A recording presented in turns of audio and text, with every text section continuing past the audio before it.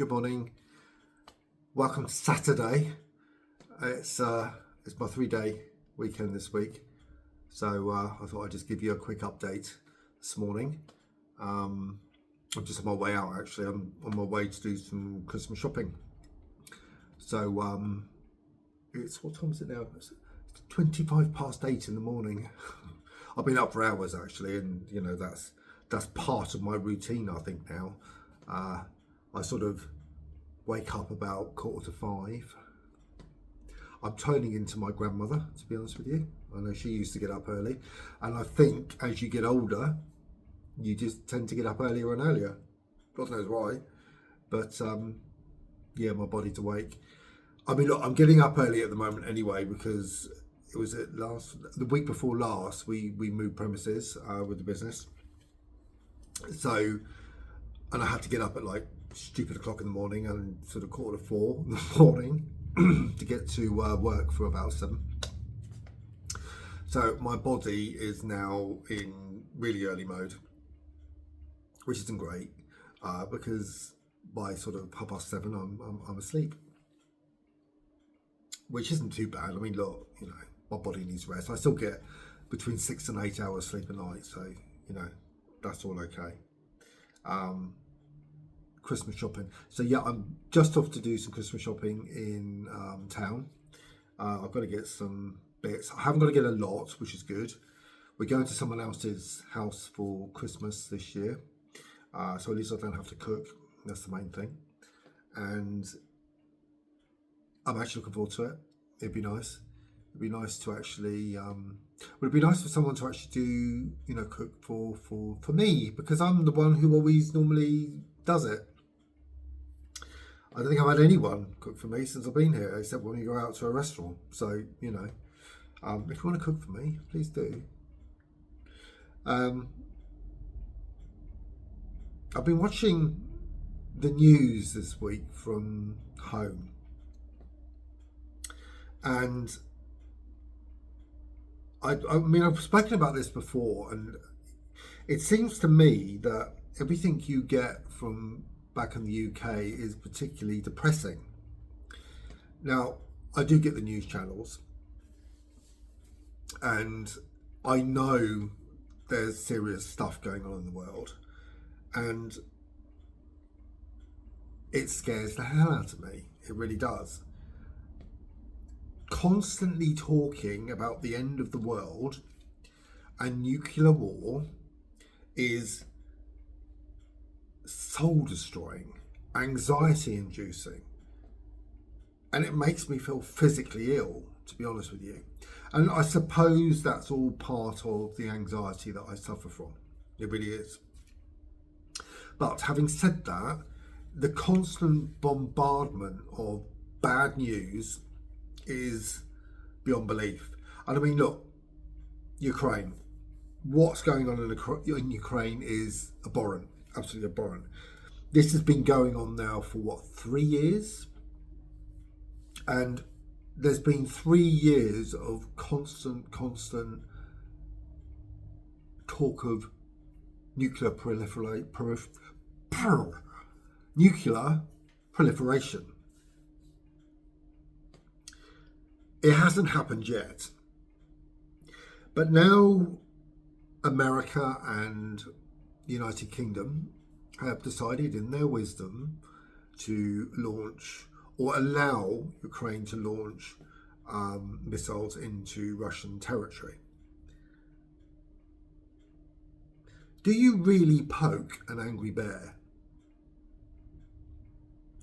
Russia is volatile. Putin is volatile. He is likely to do stuff that we wouldn't expect.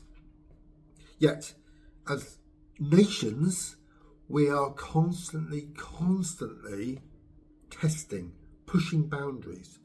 Poke. Why would you do that? Really?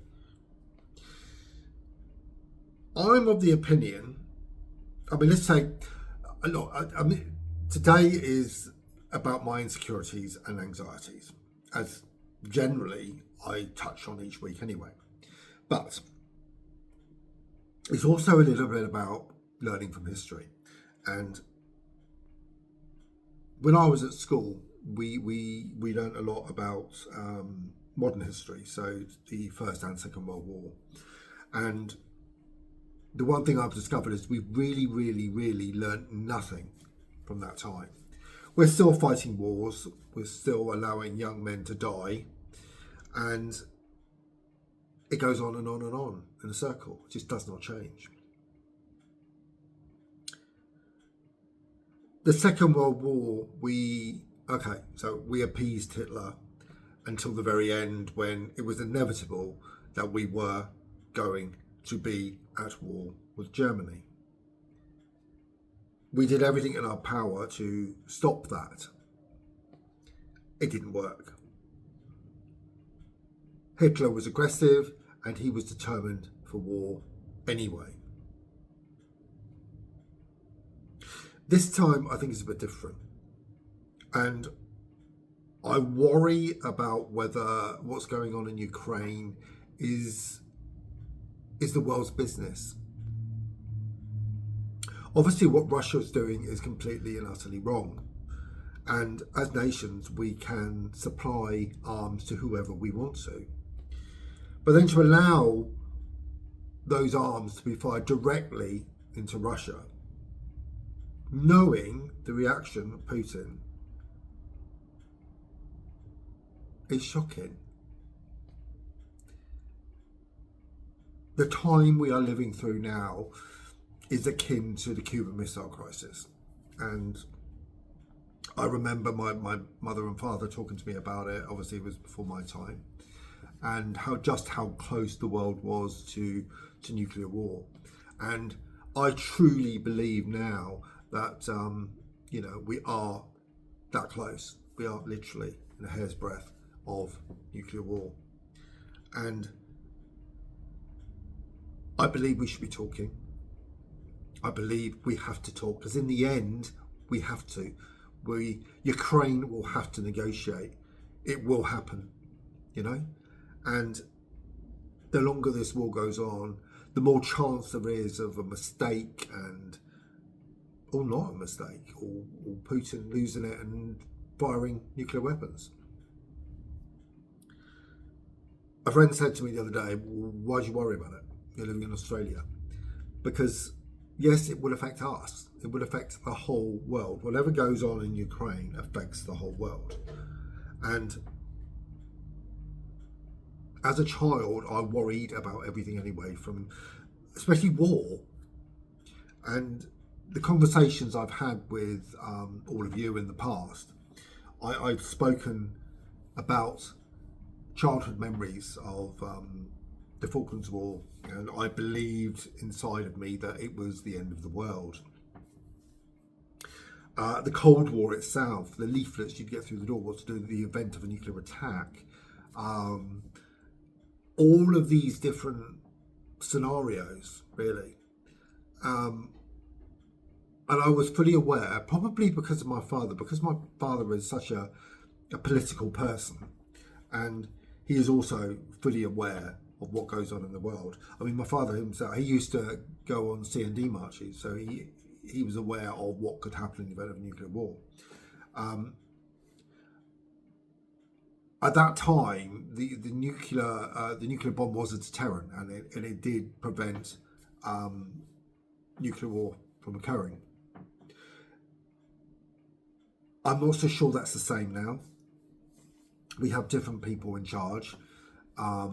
I think Thatcher, Reagan, Gorbachev were instrumental peacemakers, and I know people are going to say to me, how are these people peacemakers? But they were. They sort of started the beginning of the end of the arms race at that time. That's all changed. The people we've got in charge now have no rational thought. They're not logical. Does Putin have a death wish? I don't think personally he cares what happens to you, I, or the Russian people. It's all about him. If if the unthinkable happens, he will be safe, obviously. Him and his top generals and all the rest of it. But there will be nothing left. I mean, what will he rule over? Absolutely nothing. Same in the United States. You've got an old man, President of the United States, Biden, thinks it's right to actually approve the firing of these weapons into Russia in the last couple of months of his presidency. Is that right? No, it's not. It's really not. When you look at him, I personally do not think he is or ever was compras mentis stable enough to be head of state of America. I just do not. Trump. Look, I don't like the man. I don't believe in the things he says or the things he does. But he's the only one, oddly, who's talking of peace. That's how skewed and weird the world is at the moment. It really is. And as someone who knows history, who knows current affairs and politics very, very well, the times we're living through are exceedingly confusing for me, because there's no precedent for this at all.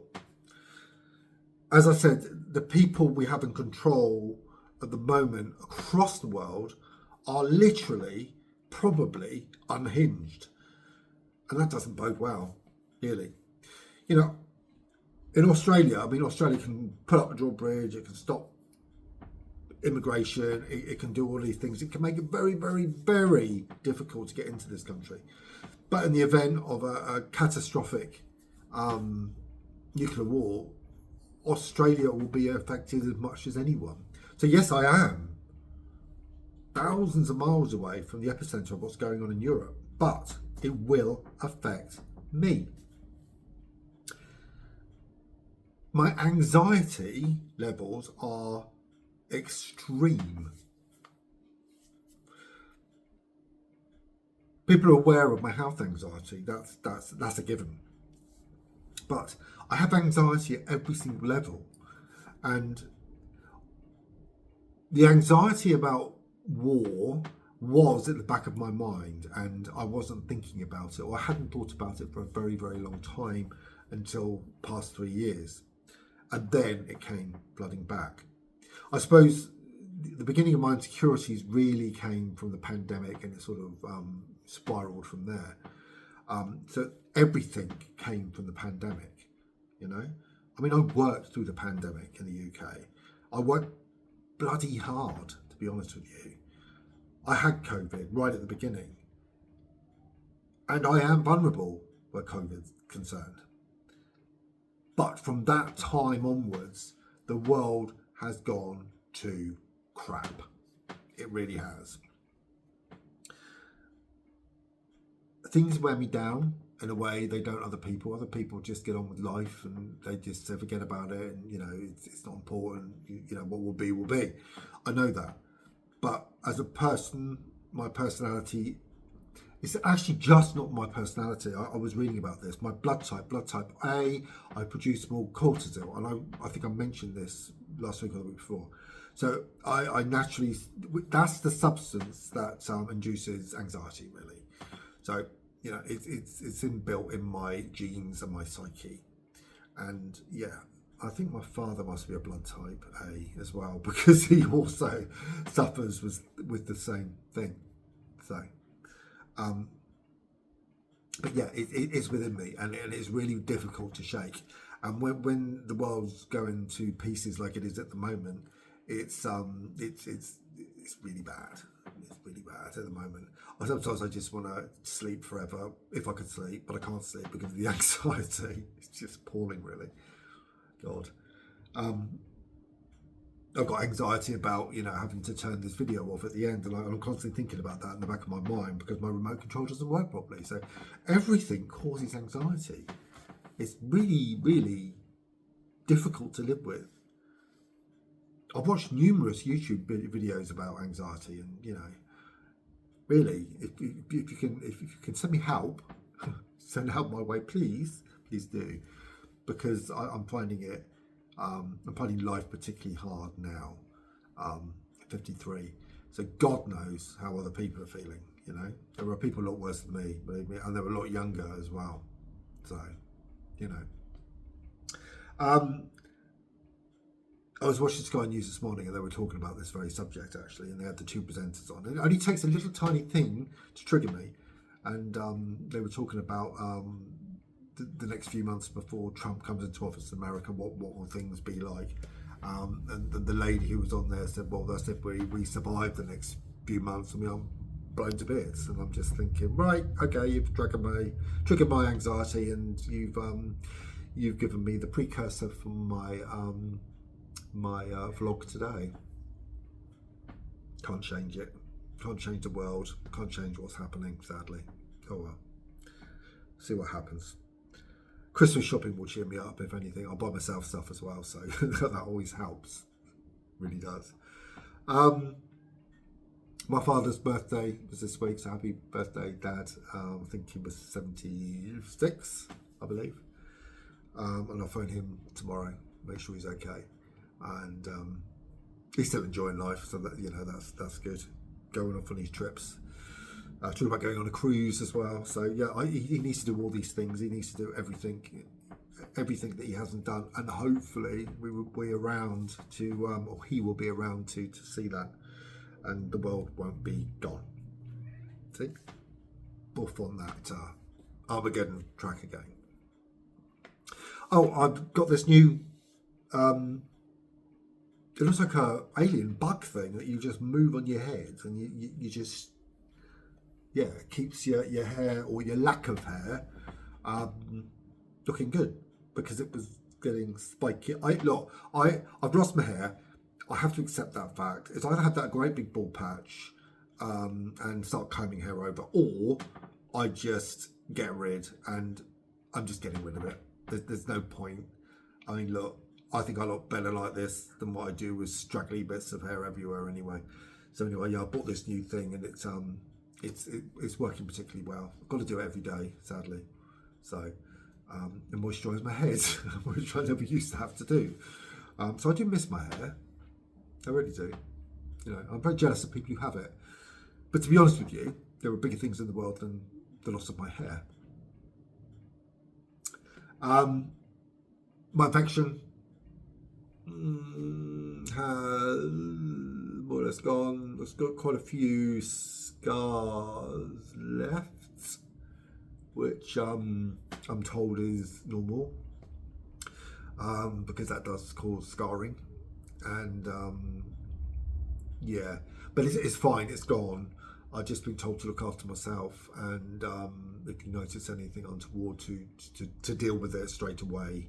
Really, the trouble is when you're on holiday and these things happen, you don't necessarily deal with them in the same way you would at home. So I am extra cautious now, and yeah, I'm following lots of precautions. But again, that's my anxiety causing that more than anything. And yeah, I should really live life a little bit more rather than worrying so much. But you know, that's always going to be me. But at least it's gone. I'm no longer on antibiotics, which is, thank God, because they were really draining. But I am left sort of rather tired. It's been sort of nearly a month of hell since I got back from Taiwan. It adds a bitter end to it as well, and you think to yourself, well, I don't want to go back to that country again, as much as I said to Vietnam. But I don't think it would have mattered what country I was in, you know, whether it had been a European country, an Asian country, or here in Australia. You know, I probably would have got it anyway. So, you know, it's just happened. Managed to talk to a few people back home this week as well, which has been lovely. People I haven't spoken to in a while, and it's good to catch up with them. Good to catch up with news from home as well. Weather's been atrocious in the UK. It's been absolutely freezing. The weather here today is going to be 32 degrees. So I'm not trying to make you jealous, but you know, it's this is my kind of weather. You know, it's 32 plus is me now. I really actually couldn't cope with the weather in the UK. You know, reading posts on social media about people, hot water bottles and fully clothed in bed, old people suffering as well, especially with the cuts and winter fuel allowance and stuff. Shocking, really. It is shocking, and you know, Britain is a great country in all respects, but the depressive side, the weather, the cold, the extreme, yeah, I think that was obviously a big killer for me. I don't suffer in the same way here. We do get we don't get cold, but we do get colder, and I suffer with that. So God knows how I'd suffer with minus, you know, minus temperatures. It just wouldn't happen. My aunt, when I stayed with her, she hated turning on the heating. And at that time, you know, it was preferable to stay in bed with a hot water bottle or electric blanket. And now, I'd be dead. I would die of hypothermia. I really would. So, you know, my little electric fire here is sufficient to get me through the winters, which is good. All good. So that's my catch up this week. I'm off to do some Christmas shopping and I'm going to go for a bit of a walk and get some sun. And as I'm frequently told, you've got a bald head now, put a hat on. You're in Australia, be careful. So I will put my hat on. It's only 10 minutes up the road anyway. So, and yeah, do some shopping. Now I'm going to try and turn this off and hopefully it's going to work. So, ciao for now. I may be here for some time. Let's see.